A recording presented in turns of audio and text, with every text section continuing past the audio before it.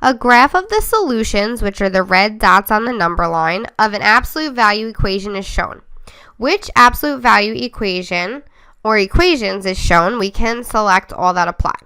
So when we think of an absolute value equation, we're looking at the format, the absolute value of x minus c equals d, where c is the center between your two solutions, the middle, and d is the distance from that center to each solution.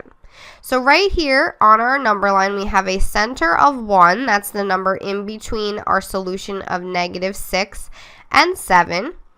And then we need the distance from the center to a solution. So we'll count 1, 2, 3, 4, 5, 6 to the right, or 1, 2, 3, 4, 5, 6 to the left. So if c equals 1 and d equals 6, we have our absolute value of x minus 1 is equal to 6 to fill in our x minus c equals d. That leaves us with choice A. But since it is a select all that apply question, we have to check our other choices to see if they're right. Well, it would have to equal 6, so that automatically eliminates B and D.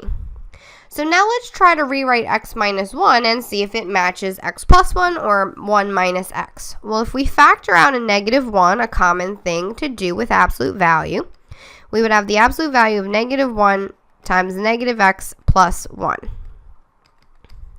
Then we can split up the factors to be the absolute value of negative 1 times the absolute value of x plus 1 equals 6.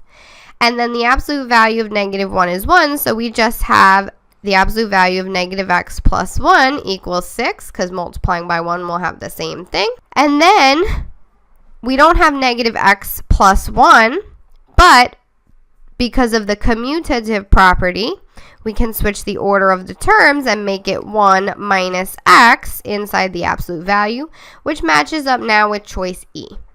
So whether looking at the graph originally, our original format, or factoring out a negative 1, we have answers A and E. Those are the two absolute value equations that are represented on the graph with those solutions.